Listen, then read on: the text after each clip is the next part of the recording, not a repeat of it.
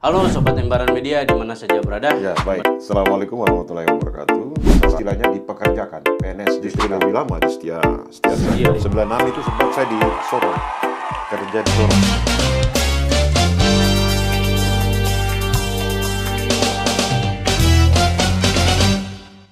Halo Sobat Embaran Media di mana saja berada. Kembali lagi bersama kami di Embaran Bacerita.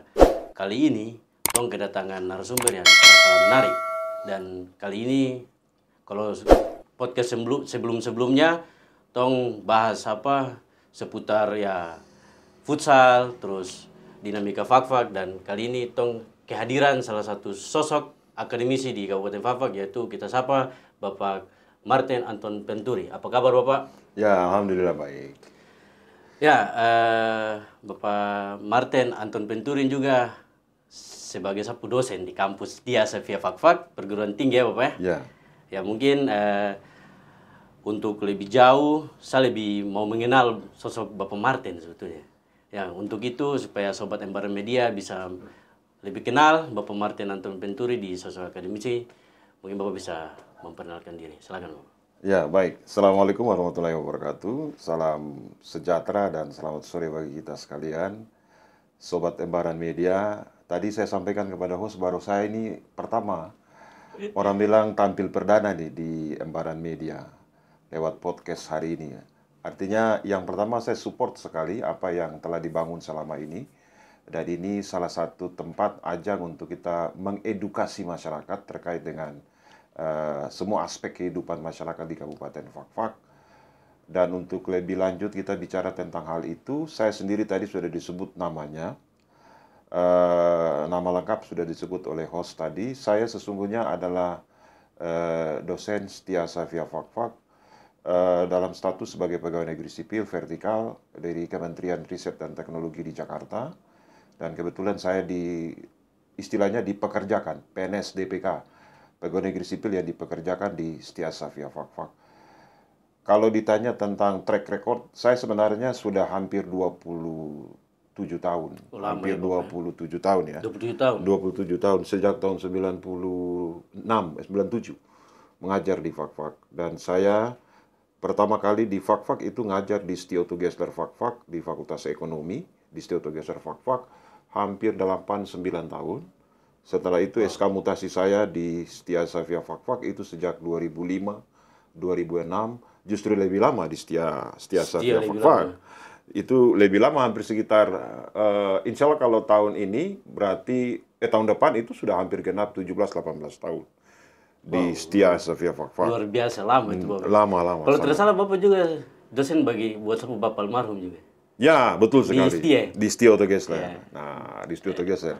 Betul, itu sangat betul. Termasuk Ibu Wakil Bupati itu juga adalah mahasiswa saya. Ibu Yohana Hindum itu adalah mahasiswa saya dulu. Wow. Dan beberapa petinggi di Kabupaten Fakfak adalah mantan mahasiswa saya dulu. Itu di Setia ya Bapak? Di Stioto Gesler. Kalau di Setia banyak juga? Banyak juga. Termasuk Pak Bupati, tapi cuman beda. Saya masuk di Setia itu setelah beliau sudah selesai masa-masa akhir studi beliau. Itu sebelumnya Bapak di Setia? Di Stioto Gesler. Nah, di samping mengajar di Stioto Gesler, saya mengajar di Setia, tapi juga sempat mengajar di STTGPI Papua Fakfak, mengajar di STIKIP Nuar Fakfak. Banyak. Jadi memang kalau ditanya pengalaman mengajar, pengalaman jadi dosen di Fakfak ya sudah 4 perguruan tinggi. Berarti tidak ada sampai jangka waktu pensiun Bapak? Nggak ada kalau untuk PNS? Kalau dosen, PNS dosen itu 65 tahun. Oh, 65 tahun? 65 tahun. Wih, masih lama berarti. Tapi kalau dia dengan gelar profesor guru besar, itu bisa sampai 70 tahun. Jadi kalau 65 tahun, saya masih aktif, masih 10 tahun lagi. Masih 11 tahun lagi. Tapi kalau di Pemda, usia saya kan cuma tinggal 3 tahun saja pensiun. Karena kan 58 tahun. 58. Oh, Bapak 58 sekarang ya? Tidak, sekarang saya 54. Oh, sekarang 54? 54. Insya Allah tahun depan 55. Berarti kalau 65 tahun, berarti 10 tahun ke depan lagi baru saya bisa pensiun. Kalau Bapak dulu sekolah mulai di mana? Di Fakfak atau? Saya SD sampai dengan SMA itu saya selesaikan di Ambon. Oh, di Ambon. Di Ambon. Saya SD Negeri 14 di Kudamati, SMP Negeri 2 di Ambon, SMA Negeri 1 di Ambon juga. SMA Negeri 1 lulus tahun 88. Saya kuliah sesungguhnya kalau mau lihat pengalaman kuliah di UKIM, sebenarnya tahun 88 itu sudah lulus di Fakultas Hukum Unpati. Cuman karena bersamaan waktunya saya ikut tes dulu APDN. Sekarang STPDN. Sekarang STPDN. Nah, Tiga dia nih, dari IPDN. IPDN dia naik ke STPDN. Ya. Waktu akademi APDN itu sempat tes. Nah, waktu tes APDN itu bersamaan dengan pengumuman lulus Fakultas Hukum Unpati. Saya lulus. Saya lulus di Fakultas Hukum Unpati, tetapi sementara karena lebih berharap kepada APDN waktu itu, maka saya tinggalkan kuliah. Nah, ternyata terakhir di Desember bulan-bulan ini sudah tahun 88, dinyatakan tidak lulus di APDN, mau balik lagi Fakultas Hukum sudah tidak bisa. Oh, sebelum Bapak Fakultas Hukum? Tidak, Oh, dinyatakan lulus. Dinyatakan Dulu lulus Sipenmaru kan? Sipenmaru, Oh, seleksi penerimaan mahasiswa baru. baru. Nah, di perguruan tinggi negeri dulu sebutnya Sipenmaru. Itu saya lulus di Fakultas Hukum tahun 88. Tapi karena Tapi kan lebih lebih fokus di APDN, APDN. saya lebih banyak di APDN daripada Unpati di Fakultas Hukum. Iya. Nah, setelah tidak lulus di APDN, mau balik lagi sudah di tengah tahun, sudah tidak bisa kuliah lagi. Makanya nganggur 1 tahun. 1 tahun nganggur 88, 89, baru kuliah di UKIM, di Fakultas Ekonomi Hukum 89. 89 lulus 95 di UKIM, selesai Fakultas Ekonomi. Lalu setelah itu lulus 96 keluar dari 96 keluar. Ambon. Dari Ambon. 96 itu sempat saya di Sorong, kerja di Sorong. Itu Bapak dosen langsung? Ondo, bukan. Masih jadi pegawai biasa ini, masih jadi, artinya sebelum jadi seperti sekarang ya. Sebelum jadi seperti sekarang itu dulu kerja di toko Duta Seiko di Sorong itu. Oh, masih kerja di toko, Bapak? Toko Duta Seiko. Belum langsung masuk ya? Belum. Tapi dalam proses itu, setelah itu ijazah saya dipakai S1 itu untuk bangunkan, rubah status dari Akademi Otto Gessler, Akademi Kerapangit Gewap dulu. Di Otto Gessler sini. Dulu dia Akademi Akuntansi Kerapangit Gewap. Lalu diganti menjadi statusnya dari akademi menjadi sekolah tinggi itu Otto Gessler. Itu mau dirubah, ijazah kita S1 dipakai untuk dirikan kampus di Otto Gessler Fakfak. Nah, lalu, tapi sebelum itu saya sambung cerita tadi tuh. Nah, sempat kerja di toko Duta Seiko. Apa kerja saya? Jaga toko. Jaga toko elektronik di persimpangan Jalan Lampu Merah di Sorong itu. Di daun bilang Tengki 14 di antara perikanan di bawah itu. Oh, di bawah. Ada toko sepanjang toko elektronik paling terbesar di Sorong itu sudah tuh. Pertama kali. Nah, tahun 96 itu kan toko pertama yang pasang parabola di seluruh Papua ini. Nah, Bapak kerja di situ. Kerja di situ. Pagi pasang parabola, malam jaga toko. Itu Bapak 1 lagi tahun. ikut pasang parabola? Pasang parabola. Nah, ikut pasang parabola walaupun cuma pegang-pegang, walaupun cuma pasang dia punya itu pasang. Nah, tahu kerja itu. Nah, jadi setelah itu 96 1 tahun merantau. Tapi sementara kerja di Sorong, teman-teman tahu almarhum Pak Jimmy De Vretes. Pak Jimmy. Yang pernah juga di dosen di kita. Di Setia. Nah, telepon terus datang ajar sudah tidak ada dosen. Kan waktu itu kan tidak ada dosen. Di Fakfak itu. Di Fakfak waktu itu mau rubah jadi sudah status sudah berubah jadi Setioto Geser Fakfak. Jadi Setioto Geser Fakfak waktu itu sudah. Saya kan tidak ada punya minat untuk mau jadi dosen sebenarnya. Awalnya tidak berminat untuk jadi dosen. Baru tidak berimpikan masuk ke situ juga. Nah, tidak juga. Obsesi saya adalah menjadi pegawai bank. Bank Mandiri. Nah, kemungkinan di Sorong itu bisa dapat peluang untuk jadi tes di bank. Di bank mana aja yang penting bank. Karena saya lihat kan dia punya performance penampilan mereka bagus tiap hari dengan dasi. Bagus kan? Ini ganteng. Ini ganteng nih. Nah, tapi terakhir baru tahu kerja di bank juga pulang sampai subuh, sampai pagi, sampai ini juga masih kerja. Belum lembur lagi. Ya, jadi dengan demikian sudah. Saya bilang begini, nanti setelah saya pulang Natalan dulu di Ambon tahun 96 itu. Natalan di Ambon 96 atau 97 kalau saya lupa juga. Nah, sudah ambil keputusan datang ke Fakfak. Datang ke Fakfak itu saya masih ingat 5 atau 6 Februari tahun 97. 97 atau 98? 96 sampai 97. Bapaknya sebelum lahir ya? Ya? Sebelum lahir ya? Ya belum lahir kan? Iya. Yo, Bapak pas baru mau kuliah itu kalau tidak salah. Nah, lalu sudah ngajar. Saya mulai ngajar itu masih usia 27 tahun. Jadi dosen masih Ambon itu masih kental sekali. Rimamo masih kental sekali. Nah, banyak mahasiswa. Logat-logat Ambon kental. Mau kental sekali tuh. Makanya setiap kali Bapak kasih kuliah, setelah itu mahasiswa ada orang yang tiru-tiru saya logat. Itu ganggu tuh. Nah, tapi ternyata angkatan pertama waktu saya ngajar mereka sampai dengan sekarang ini mereka sukses. Salah satunya Pak Hamid Kuman. Oh, Pak Hamid Kuman. Di Setia ya, Bang? Berarti Setia waktu Berarti Bapak dari Sorong itu datang jadi dosen di Fakfak langsung di Setia? Langsung di Setia. Langsung di Setia. Belum ke Setia belum? Belum, itu Setia baru 2006. Baru 2006, SK mutasi saya 2006. Di Setia, dari Setia to Gessler baru tahun 2006 kalau tidak salah. Itu baru kita, 2005, tes CPNS. Tes CPNS pulang ke Ambon, kita tes dulu waktu masih Kopertis. Ya, Kopertis kan? Iya, Kopertis itu kan masih mewakili Papua dan Maluku waktu itu. Iya. Nah, tes 2004 atau 2005 tes CPNS di Ambon, ya puji Tuhan insya Allah dia lolos, CPNS-nya lolos. Nah, CPNS lolos tahun 2005, 2006. Nah, pas kembali ke Fakfak itu langsung dipindahkan ke Setia Savia Fakfak. Karena jadi SK CPNS mutasi. itu? Ya, SK mutasi pindah ke Setia to Gessler. Setia Savia Fakfak. Sampai sekarang. Sampai sekarang ya, Bang? Sampai sekarang. Dari 2006? Dari 2006. Tapi sebelum itu sudah di Fakfak dulu, di Setia to Gessler. Sambil di Setia to Gessler juga di STT, juga di Pastiki buka, ngajar juga di Stiki. Kalau di Kaimana, Bapak? Di Kaimana itu kita punya permintaan dari pemerintah daerah Kabupaten Kaimana untuk kita selenggarakan kampus di sana. Itu Setia? Oh, Setia. Setia. Itu permintaan pemerintah daerah lewat MOU. Berarti Bapak ini kan sekarang jadi ketua Prodi ya? Ketua program studi administrasi publik, ya. Sebelumnya memang langsung ketua Prodi atau masih Tidak. di bawah? Masih dosen biasa? Masih dosen biasa. Saya pindah 2006, 2008, 2009.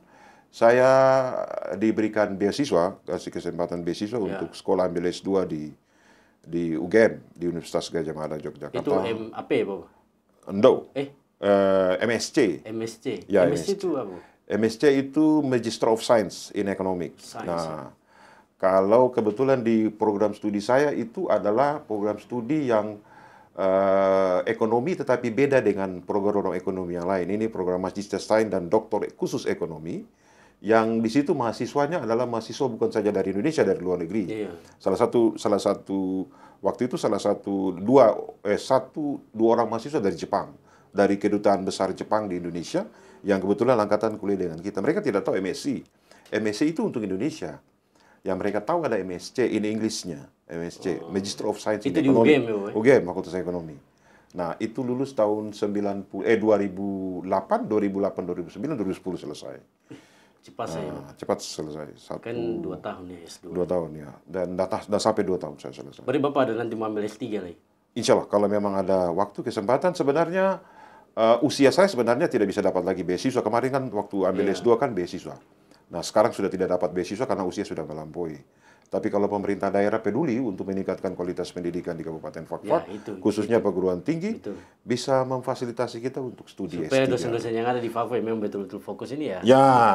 Di-upgrade lah. Itu ekspektasi ya, ekspektasi. Tergantung pemerintahan yang baru seperti apa. Ya, betul. Kalau mereka mau peduli dengan penyelenggaraan pendidikan di Kabupaten Fakfak, ya salah satu pointer yang paling penting adalah bukan saja di Setia, Stikip Nuwar juga ada Setia to Gessler juga, siapa yang memang betul-betul serius untuk studi atau sekolah S3 dengan bidang ilmu tertentu, silakan. Mungkin bisa difasilitasi oleh pemerintah daerah. Kalau mau kita lihat kualitas sumber daya manusia di Kabupaten Fakfak melalui pendidikan. Wah, ini Bapak kayak mengajar saya ulang. Jadi Sobat Embaran Media, saya ini lulus dari 2022. Ya. Nah, waktu saya cerita sedikit, waktu saya punya skripsi, itu 3 dosen penguji. Yeah. Salah satunya Bapak. Yeah. Dan saya punya skripsi itu terkait dengan IMB, izin mendirikan bangunan. Yeah. Nah, Bapak yang paling betul-betul ngotot untuk menguji saya. Yeah. Dari Bapak menguji saya itu akhirnya 2 dosen ini cuma bilang pas, cukup. Jadi saya minta terima kasih dari Bapak supaya yang lain saya tidak perlu revisi lagi pada waktu itu, Bapak. Artinya begini. Filosofinya kan itu mahasiswa itu kan kenapa kita harus lebih fokus ke situ? Ini kan di akhir studi. Dia harus bisa betul-betul mempertanggungjawabkan apa yang dia tulis. Supaya ketika nanti dia lulus, dia menjadi sarjana, orang tidak akan bilang sarjana abal-abal. Ya. Ya toh? Kan lagi tren sekarang di dunia Ijazah pendidikan abal-abal. tinggi ya, sarjana abal-abal, ijazah Abal-abal. abal-abal. Nah, bukti daripada ijazah sarjana tidak abal-abal, maka di akhir itu kita harus betul-betul tempa betul. Dia paham atau tidak, dia penulisan. mengerti atau tidak, Betul. mekanisme transmisinya, prosesnya itu dia paham atau tidak. Kalau dia paham, berarti sesungguhnya dia sudah bisa mengimplementasikan mata kuliah dari semester 1 sampai dengan terakhir semester 7. Betul, betul. Nah, Sampai saya ingat sekali, saya diuji dari Bapak itu kan teman-teman dulu, waduh, ini pasti dapat babat, ini hantam dalam ini. tidak juga. Padahal terada. Tapi saya bersyukur Bapak waktu Ya. itu.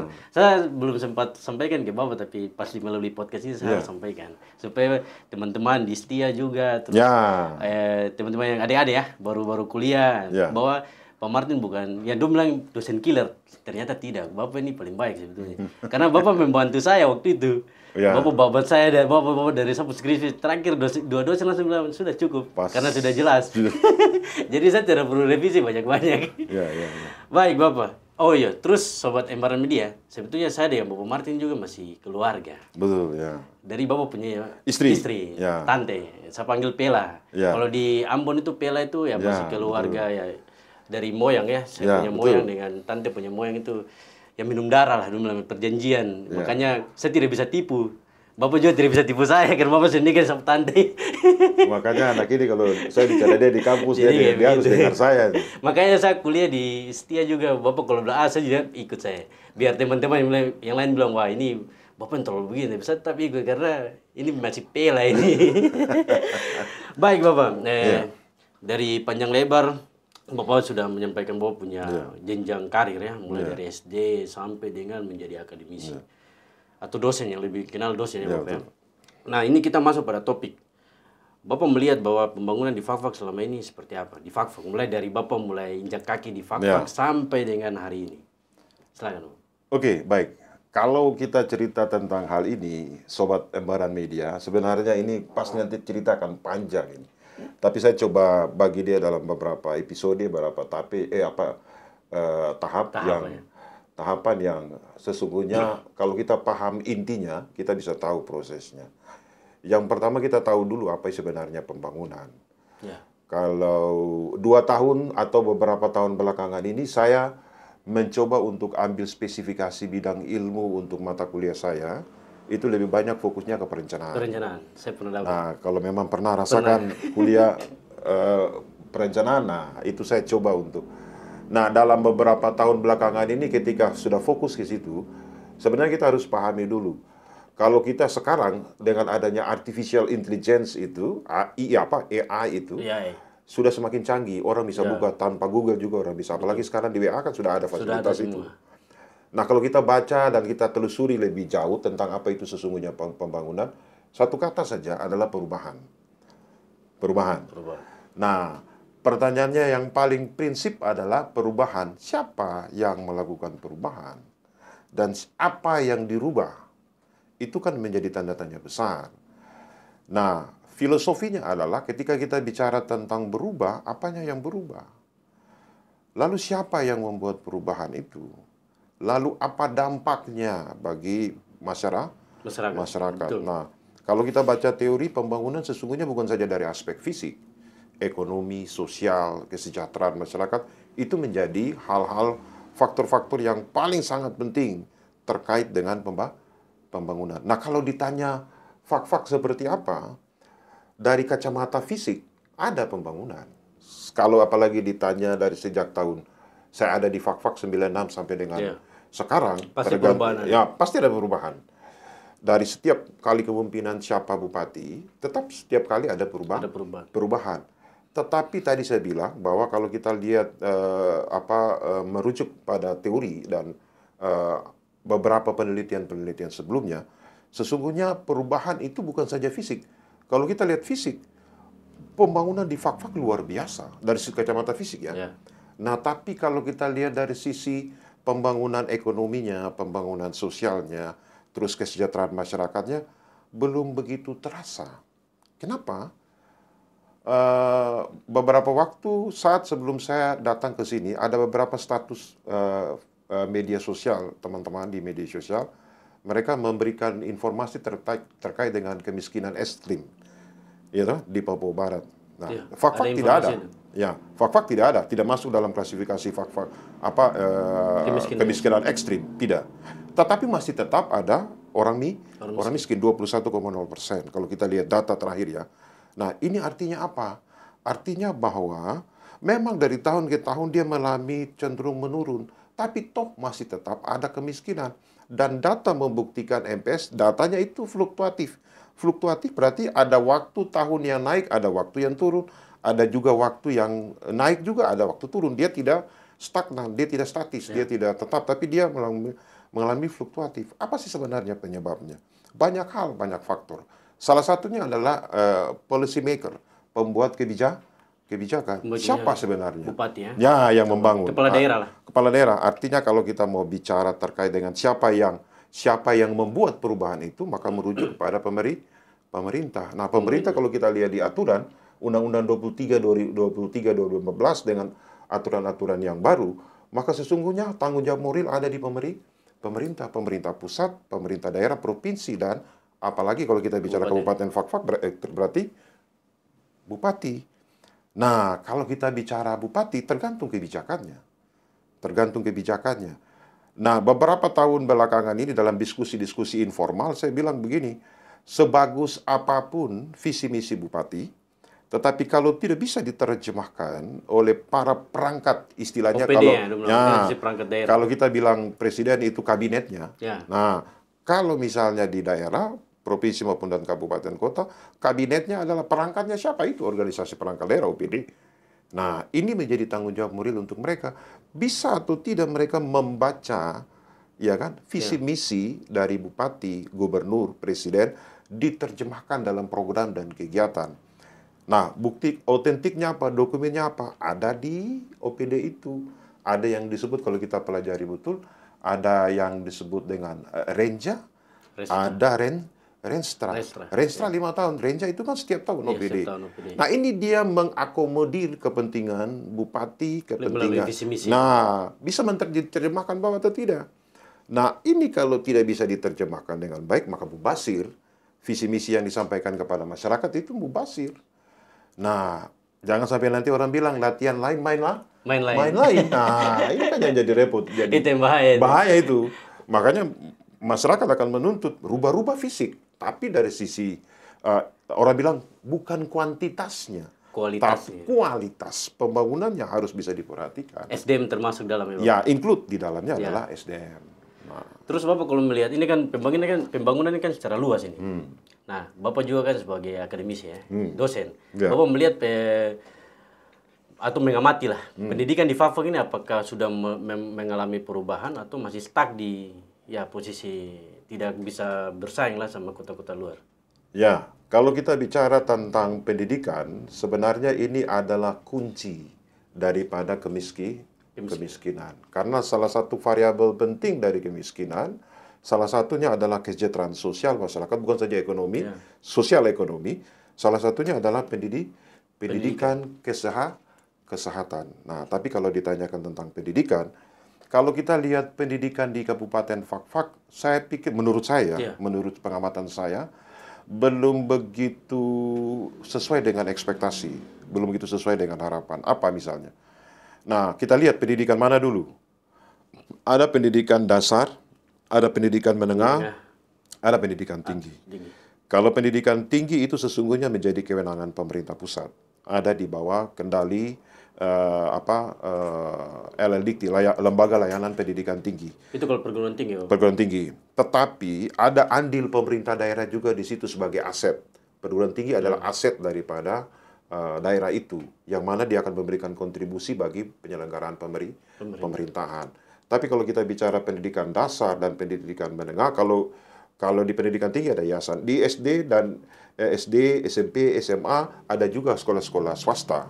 Tapi juga lebih ada sekolah-sekolah negeri. Nah, menjadi tanggung jawab moral pemerintah daerah adalah mengatur sirkulasi ini. Yang pertama terkait dengan sarana prasarana. Kalau perhatian pemerintah pusat sudah ada dana BOS, ya kan? Baik dari SD, SMP, SMA. Bantuan operasional sekolah ya? Ya. Dana BOS. Dana operasional sekolah. Operasional sekolah. Bantuan operasional sekolah, dana ya, BOS. Dana BOS. Nah, tetapi hal ini juga kadangkala tidak dimanfaatkan secara baik, ya kan? Tidak dimanfaatkan secara baik itu adalah terkait dengan dokumentasi, terkait dengan bukti, terkait dengan pengawasan, evaluasi terkait dengan. Nah, ini yang menjadi persoalan penting.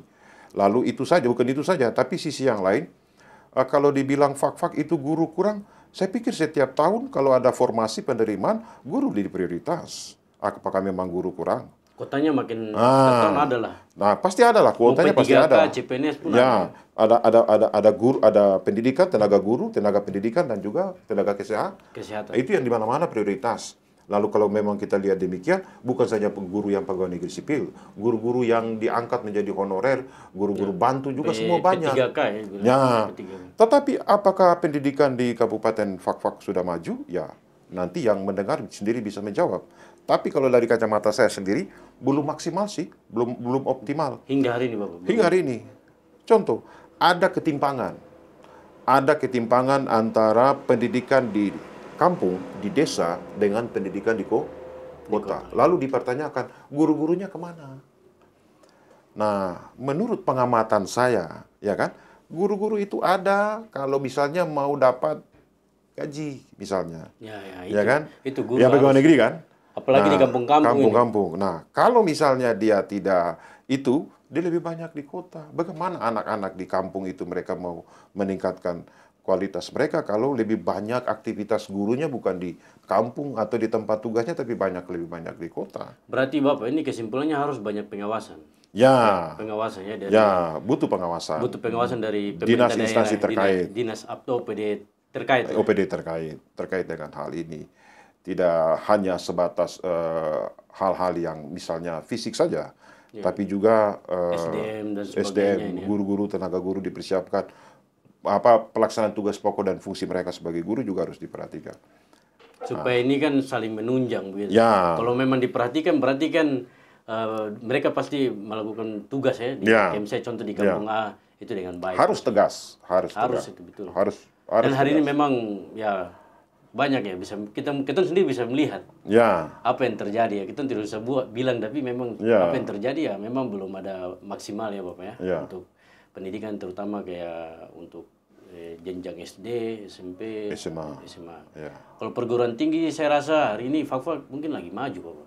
Ya, karena tergantung pengelolanya. Tergantung pengelolanya. Tidak semua juga sih, tergantung pengelolanya.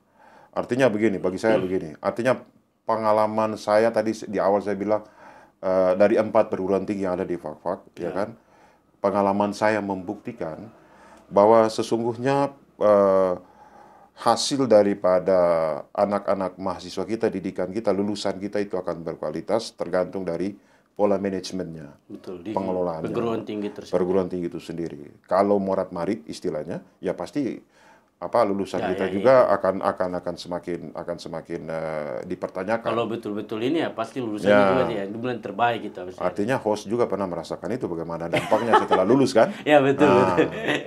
Tinggal dilihat aja, dibuktikan. Apalagi kalau Bapak mengajar terkait perencanaan. Saya paling suka sebetulnya. Ini bukan di podcast ini baru saya puji tidak. Sobat Embaran tidak kayak. Ya nonton pasti bilang makan puji Bapak ini. Tapi memang betul. Karena Bapak kalau mengajar perencanaan itu pasti Bapak ingat sekali. Saya banyak bertanya pasti. Kalau perencanaan, karena memang saya tidak tahu ya, saya beda deh yang lain. Kalau perencanaan pasti saya harus bertanya. Karena memang saya lebih senang itu. Makanya ya saya bersyukur sekali bahwa bisa hadir di Tombu Podcast ini. Satu hal, saya potong. Satu hal yang paling penting itu dalam pembangunan itu sesungguhnya kalau kita merujuk kepada aturan pemerintah Undang-Undang Nomor 25 Tahun 2004 tentang perencanaan pembangunan. Pembangunan sebenarnya dia bisa akan terlaksana dengan baik tergantung perencanaannya. Bukan saja perencanaan, pelaksanaan, tapi yang paling penting adalah evaluasi. Di dalam Undang-Undang Nomor 23 Tahun 2014 sudah jelas di situ mana urusan terkait dengan urusan pembagian urusan pemerintah. Ada absolut, ada konkuren, dan juga ada urusan pemerintahan yang sifatnya umum. Nah, yang menjadi konkuren itu kan adalah pembagian tugas kewenangan urusan pemerintah antar pemerintah pusat, pemerintah provinsi, dan kabupaten kota. Ya, ya. Dan ini menjadi tanggung jawab pemerintah daerah. Nah, terkait dengan hal itu, maka sesungguhnya sebelum setiap 5 tahun atau minimal setiap tahun, itu sesungguhnya harus ada yang disebut dengan Evaluasi ya. evaluasi. Betul. Nah, kenapa sampai saya bilang begitu? Ini penting, sangat penting dan urgent. Pertanyaannya, apakah selama ini di Kabupaten Fakfak, ya kan, setiap tahun melakukan evaluasi atau tidak? Setiap 5 tahun melakukan evaluasi atau tidak sebelum pemimpin yang baru menduduki jabatan sebagai kepala memang, daerah? Bapak saya potong. Memang evaluasi ini penting sebetulnya. Ya. Kayak misalnya jangka waktu perencanaan ya, dalam perjalanan ini kita harus masuk dari topik perencanaan dulu ini. Ya. Dalam masuk perencanaan berjalan selama 1 tahun harus butuh evaluasi. Ya. Biar kita bisa lihat mana yang sudah terrealisasikan yang baik, mana yang belum. Itu yang tadi Bapak bilang. Ya. Ilustrasinya begini. Betul. SD dia mau lulus harus ikut ujian dulu, ujian nasional kan. SMA juga begitu. SMP, SMA Ada juga ujian, begitu. supaya lihat hasil. Perguruan tinggi, ujian juga harus ada. Itu ujian itu bagian daripada evaluasi. Selama masa dia punya proses perkuliahan, selama masa studi. Dengan demikian kalau kita mau bawa dalam penataan pengelolaan penyelenggaraan pemerintahan, sesungguhnya sebelum 1 tahun sebelum tahun berikutnya, dia harus evaluasi dulu 1 tahun sebelumnya. Ya. Kelemahannya di mana, kekurangannya di mana, kelebihannya di mana, itu akan menjadi starting point untuk dia melangkah maju. Dia tidak akan bisa tahu apa kekurangan dia kalau tidak dilakukan evaluasi. Karena kekurangan, evaluasi itu untuk melihat sampai sejauh mana keberhasilan pemerintah daerah dalam mewujudkan visi dan misinya. Kalau setiap tahun dia tidak evaluasi, lalu tahun berikut dia jalan seperti apa adanya, baru Ya, itu pertanyaannya adalah, jadi Sobat Embaran Media, kata kunci satu saya harus evaluasi. Evaluasi itu penting itu. Itu kata kuncinya, evaluasi. Baik mau pembangunan seperti apapun atau proses sekolah saja butuh evaluasi pun, nah itu kata kuncinya, evaluasi. Ya mungkin Bapak kita podcast ini guys, saya berasa saya kuliah ulang lagi. Saya kayak belajar perencanaan ulang ini Bapak. Ya. Baik Bapak, yang berikut ini terkait mahasiswa ya Bapak ya. Nah, ini Bapak juga sebagai dosen, Bapak harus pandangan Bapak melihat mahasiswa ini dari sisi kualitasnya di Fakfak ya, khususnya di Fakfak ini seperti apa Bapak? Kalau saya kaitannya dengan pembangunan, perubahan, ya jauh berubah. Masih zamannya Bapak. Waktu Bapak jadi mahasiswa dulu ya. Itu jauh berubah. Berubahnya kenapa? Bapak dorang dulu sebagai mahasiswa belum ada internet. Belum ada handphone. Nah, itu dia. Android. Teknologi belum bisa secanggih sekarang. Nah, itu perubahan yang signifikan ya. Nah, tetapi yang menjadi catatan penting bagi perkembangan selanjutnya adalah bahwa mahasiswa kita tidak ada internet, tidak ada koneksi dengan siapapun, tapi kita sangat kritis. Ya kan? Titik kulminasinya ada di 98. Itu ya, pusat itu. Nah, aksi demo besar-besaran untuk reformasi besar-besaran. Itu kalau kita mau lihat dia historinya, sejarahnya adalah peran mahasiswa.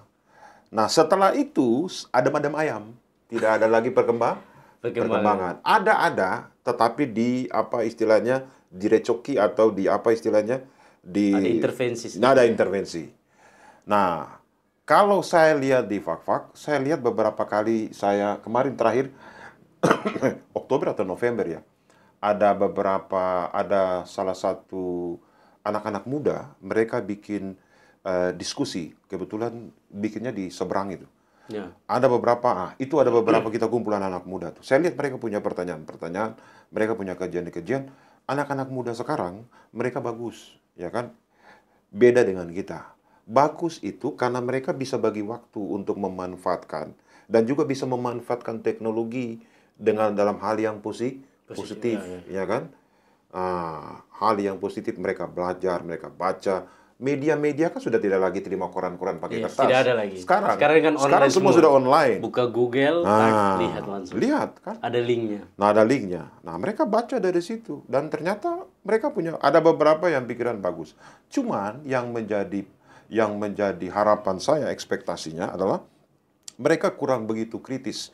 Kritis tapi menggunakan rel yang benar. Tidak arogan. Ya kan? Harus kritis, tetapi menggunakan rel yang benar, ya kan? Jangan menggunakan mahasiswa sebagai ajang untuk mencari tempat yang lain, lalu bikin hal-hal yang tidak. Nah, itu dia. Nah, sehingga bagi saya adalah harus kritis, tetapi menggunakan rel media yang betul, yang benar. Bukan orang bilang istilahnya praktik-praktik istilahnya lewat media sosial yang orang bilang istilahnya sekarang tuh yang lagi tren tuh yang di media sosial sekarang itu. Nah, artinya bahwa jangan kita menggunakan media sosial sebagai ajang untuk hal-hal yang negatif, tetapi kita menggunakan fasilitas-fasilitas tertentu untuk bisa menggunakan hal yang positif. Misalnya, minta ketemu dengan pemerintah, audiens dengan pemerintah, dengan legislatif, dengan instansi pemerintah manapun. Jika memang Anda menemukan ada sesuatu keganjalan yang terjadi. Nah, sebenarnya koridor itu dipakai. Memang kalau sekarang kelihatannya kayak sudah berkurang. Ya, itu dia. Bukan sudah berkurang, kayak tapi mereka sementara dikendalikan oleh orang lain. Padahal ini bagus, tidak bisa bersuara. Fungsi kontrol mahasiswa dalam pembangunan daerah. Ya. Jadi melihat ini kurang diseroti, ini kurang diseroti. Tapi sekarang udah canggih, Bapak. Tinggal bisa, kalau mau kritik tidak usah capek-capek sih sebetulnya. Tinggal naik ke media online kan, opininya dibuat rapi dan sebagainya. Jadi kritisi langsung secara. Tapi kalau untuk demonstrasi ya juga lebih bagus sih. Tapi itu saya bilang tapi ada relnya tuh. Ada relnya. Tidak anarkis begitu. Tidak anarkis, tapi menyampaikan dengan lebih baik lah, lebih elegan. Namanya juga mahasiswa. Itu. Baik Bapak ya, terus yang berikut ini ada pertanyaan Bapak. Menurut Bapak ya, dari sebagai dosen ya, pandangan Bapak itu melihat pergerakan mahasiswa ini selaku agen of change, agen perubahan di Kabupaten Fafak itu sejauh mana Bapak? Dari tahun ke tahun mengalami peningkatan yang cukup signifikan. Nah, sekarang kita lihat yang anak-anak muda yang masuk di legislatif itu banyak. Nah, itu salah satu contoh misalnya. Artinya mereka sudah mulai menemukan jati diri mereka. Artinya bahwa saya ini muda, apa sih yang saya bisa buat untuk memberikan kontribusi bagi daerah? Ya, mungkin dengan jalan itu dia bisa terjun ke politik ya. Terjun ke politik, satu. Di pemerintahan kita lihat banyak anak-anak muda yang sekarang mereka bagus punya jabatan, tapi mereka juga punya channel atau punya kinerja yang baik. Begitu pula juga kita lihat di kalangan mahasiswa. Nah, agent of change itu sebenarnya sangat dibutuhkan oleh generasi muda sekarang. Kita ini kan nanti sebentar kelak disediakan lagi terpakai. Anak-anak ini yang harus bisa melanjutkan apa yang kita lakukan. Artinya bahwa harus kritis melihat. Jangan karena kepentingan lalu menutup mata, ya toh? Saya mau kritis tapi aduh Pak ini biasa kan. Ini yang bahaya. Itu yang bahaya. Ini yang bahaya. Kalau Bapak tidak mau tahu. Salah. Itu prinsip Bapak ya. Tidak ada mendiskriminasi satu orang pun. Salah tetap salah. Dari dulu sampai sekarang tetap seperti itu. Artinya bahwa yang saya bicara itu bukan untuk kepentingan saya pribadi. Saya bicara saat ini pada saat podcast ini juga bukan untuk kepentingan saya. Tapi juga untuk kepentingan pengembangan daerah ini ke depan. Siapa yang mau lihat daerahnya, dia mundur ke belakang? Mau. Tetapi yang saya bilang, kalau kita bicara tentang pembangunan ini, beberapa kali setelah kita cerita apa yang tidak resmi di luar tadi, saya bilang, beberapa waktu belakangan ini kontribusi kita sudah disampaikan. Tapi apa yang terjadi? Kita punya ekspektasi adalah ke depan akan lebih baik lagi dari yang sekarang. Sebenarnya itu makna pembangunan ada di situ. Ya kan? Dengan menggunakan proses perencanaan yang matang. Tapi yang paling penting, jangan tidak sebatas perencanaan saja, tapi melaksanakan, tapi juga harus dievaluasi. Kalau bicara agent of change, sebenarnya pemuda harus memegang peran penting. Jangan sampai harus mesti jadi legislatif, jangan mesti jadi harus jadi PNS dulu, baru Jadi mainkan itu saya, peranan. Bapak, ya. Tidak, tapi mereka mulai membuat sebuah perubahan di tingkat di mana mereka tempat mereka berada. Di kampung, agent of change apa? Terlibat di dalam musrenbang tingkat kampung. Buat perubahan dalam manajemen pengelolaan kampung, dalam pemanfaatan alokasi-alokasi dana kampung. Mereka punya tajam untuk bisa memperhatikan aparat kampung mengelola dan Supaya bantu mengawal Ah, proses pengelolaan pemerintahan di kampung juga. ya, artinya bahwa mereka membuat perubahan tidak harus jadi legislatif, tidak harus jadi PNS, tidak harus kerja di sini. Mulai dari kampung. Dari kampung. Itulah tempat di mana mereka harus membuat perubahan di situ. Supaya apa yang menjadi hak rakyat betul-betul mereka dapat. Dengan melakukan fungsi kontrol sebagai masyarakat. Sebagai generasimu. Generasi muda yang hari ini ya. Ya. Betul. Baik, Bapak, ini yang berikut terkait dengan ya pembangunan lagi. Oh ya. Nah, pembangunan ya. Tadi kalau Bapak sudah banyak bicara tadi pertama di awal pembukaan dengan pembangunan, terus masuk ke mahasiswa, terus pemuda dan mahasiswa sebagai agen change. Nah ini sebentar lagi kita akan menyambut tahun baru ya Bapak, 2025. Nah untuk itu saya minta Bapak punya sedikit ya dari kacamata penglihatan lah. Atau Bapak punya menatap pembangunan Fafak ini ke depan di tahun 2025 seperti apa Bapak? Ya, oke. Apa yang tadi kita bicara dari awal sampai dengan sebelum pertanyaan, itu bagian dari evaluasi. Ya. Itu bagian dari evaluasi. Dan ini akan menjadi catatan histori penting bagi siapa yang akan nanti memimpin di 5 tahun yang akan datang. Ya toh? Dari Bapak belum dapat informasi yang betul ya, tapi mungkin sudah melalui keputusan KPU yang dapat adalah yang jadi bupati adalah Pak Samaun Dahlan dan Pak Donatus Nimbit Gendik. Artinya bahwa pengalaman beliau berdua yang pernah dulu ada di pemerintahan, nah ini akan menjadi catatan penting bagi mereka untuk 5 tahun ke depan. Tadi saya sudah bilang di awal tadi bahwa Pak Donatus ini kan pernah menjadi salah satu anggota tim dengan kita, dengan Bapak dalam tim khusus percepatan pembangunan. Di pemerintah Bapak? Di pemerintah Kabupaten Fak-Fak dulu, yang dibentuk oleh Pak Bupati. 2 tahun berturut-turut. Nah, beliau lebih tahu sesungguhnya, apa sesungguhnya menjadi persoalan. Nah, ke depan itu adalah salah satu yang paling penting sebelum melaksanakan tugas. Kalau kita baca aturan, 3 atau 6 bulan setelah dilantik jadi bupati, itu harus mesti menyesuaikan dokumen-dokumen perencanaan pembangunan. Aturan bilang jelas di situ. Adalah sudah bisa menetapkan mana yang menjadi dokumen RPJPD. Visi dan misi bupati dengan seluruh program kegiatan itu akan ditetapkan menjadi RPJMD, Bapak. Rencana Pembangunan Jangka Menengah Daerah untuk 5 tahun. Nah, itu sudah harus dalam jangka waktu 3 atau 6 bulan setelah dilantik, sudah harus bisa ditetapkan. Nah, kalau kita cermati secara baik, kalau saya tidak salah dari baca dari berbagai media, ada 32 program, kalau tidak salah. 32 program dari pemerintah daerah yang nanti akan, siapa yang nanti Pak Samaun dan Pak Donatus akan pimpin di 5 tahun berikut, harapan Bapak adalah 32 program itu bisa direalisasi, bisa diimplementasikan dengan bagaimana caranya memanage pemerintahan ini, menunjuk orang-orang yang cukup berkompeten untuk bisa membantu beliau di dalam menyusun atau di dalam menyelenggarakan pemerintahan itu 5 tahun ke depan. Bukan berarti saya bilang bahwa pemerintahan yang kemarin tidak baik, bukan. Tetapi ini meneruskan apa yang sudah dilakukan dalam melalui 32 program dan kegiatan, itu sudah betul-betul harus ke depan. Dan yang paling penting adalah harus dievaluasi dulu. Apa kekurangan, apa kelebihan, apa kelemahannya, menjadi dasar untuk 5 tahun ke depan. Apa yang harus saya bangun ke depan 5 tahun ini, kita bangun ke depan 5 tahun ke depan, mengacu kepada hasil evaluasi tadi ya, Bapak. Ya, hasil kata kuncinya itu. Evaluasi itu bukan hanya bicara saya punya mulut, tapi itu merupakan wujud daripada permintaan atau harapan dari apa yang tertuang di dalam Permendagri nomor 86 tahun 2017 tentang evaluasi perencanaan pembangunan. Nah, ini yang menjadi catatan penting untuk pemerintahan berikutnya.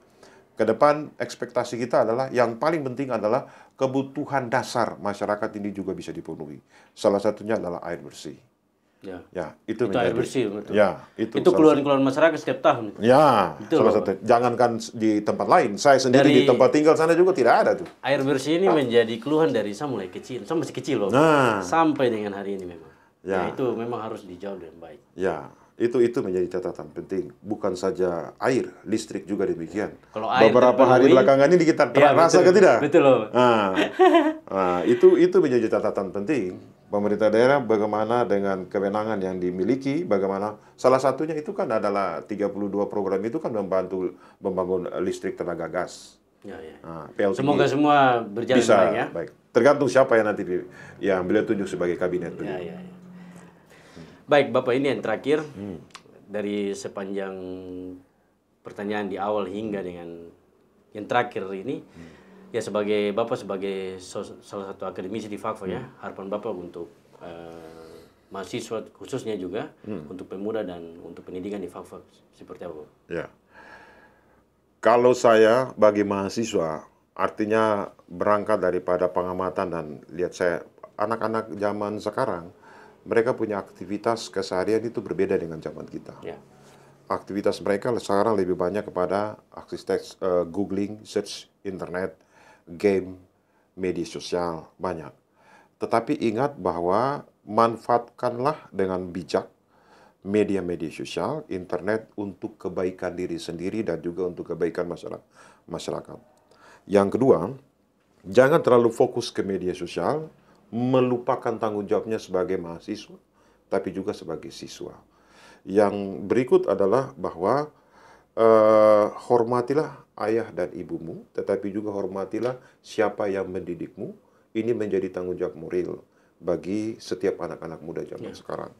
Sehingga orang bilang istilahnya apa yang menjadi harapan orang tua, apa yang menjadi harapan kami sebagai pendidik itu bisa terwujud.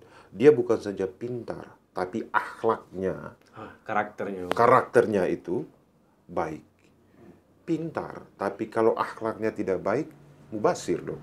Sia-sia. Etika itu. Ya, dia punya akhlak baik, tapi kalau secara akademik tidak mampu, bagaimana? Jadi ini berjalan beriringan. Supaya Fakfak ini atau anak-anak muda Fakfak itu tidak tertinggal dengan anak-anak muda di tempat lain. Anak-anak muda sekarang itu salah satu ekspektasi kami orang tua itu inovatif. Ya. Tidak hanya berjalan seirama sesuai dengan zaman, tapi harus berpikir inovatif.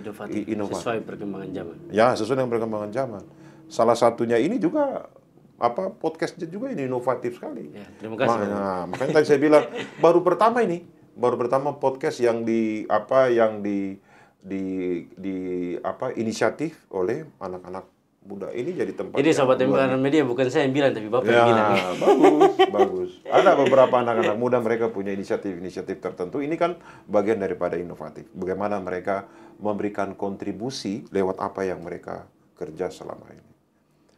Baik. Itu dari segi pendidikan. Itu yang tadi harapan Bapak sebagai dosen ya, akademisi yang sudah lama juga di Fakfak. Bapak tadi berapa tahun? Hampir 27 tahun. 27 apa kalau 96 sampai dengan 2012 28 tahun. 28 tahun. Ya. Itu tinggal 2 tahun lagi langsung 30 30 tahun. Baik, tidak terasa ya sobat Embaran Media, tong berbincang-bincang hampir sejam ya bersama salah satu akademisi di Fakfak yaitu Bapak Martin Anton Pernturi. Yaitu dosen perguruan tinggi setia ya Bapak ya. Dosen perguruan tinggi setia. Kita sudah membahas seputar dengan pembangunan Fakfak, terus pendidikan, dan juga masuk ke menatap pembangunan di Fakfak di tahun 2025 hingga ke depannya.